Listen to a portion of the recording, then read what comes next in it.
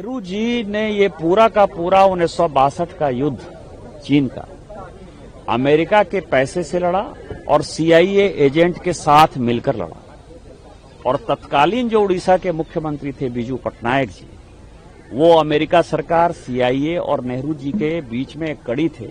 Even अधिकारियों को भी नहीं पता था। मैंने 2 चिट्ठी नेहरू जी की ही जो है आज जारी की है, जिसमें वो अपने अधिकारियों को, खासकर जो अमेरिका के एम्बेसडर हैं, उसको वो कह रहे हैं कि तुम अपना काम करो। बिजू पटनायक को जो है हमने भेजा है और बड़े काम के लिए भेजा है और डिफेंस की जो है वो बातें कर रहा है।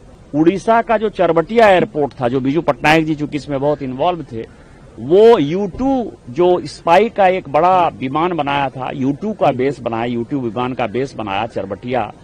और वो विमान का बेस जो है 1963 से लेकर 1969 तक भारत में अमेरिका की सेना रही। और इससे बड़ा लोकतांत्रिक हमला कांग्रेस जीवन में नहीं कर सकती थी। भारतीय जनता पार्टी के माननीय सांसद श्री निशिकांत दुबे जी ने जिस तरह से श्री बिजू पटनायक जी के संदर्भ में जो अत्यंत डिस्पैरेजिंग, झूठे वक्तव्य दिए हैं, उसकी मैं घोर निंदा करता हूं, मैं खंडन करता हूं।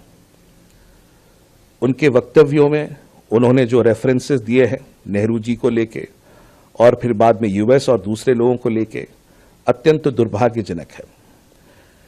मैं स्पेसिफिकली बीजू बाबू पे इसलिए कहना चाहता हूं क्योंकि बिजू पटनायक जी केवल उड़ीसा के नहीं, भारत के नहीं, पूरे विश्व में एक स्टेट्समैन की हैसियत से जाने जाते हैं। एक राजनीतिक व्यक्तित्व उनका व्यक्तित्व नहीं था, ना ही वो उड़ीसा तक सीमित थे या भारत तक सीमित थे। ऐसे व्यक्तित्व के लिए, ऐसे एक महान व्यक्तित्व के लिए श्री निशिकांत दुबे जी का ये जो स्टेटमेंट्स आए हैं वो अत्यंत दुर्भाग्यजनक है, अत्यंत निंदनीय है।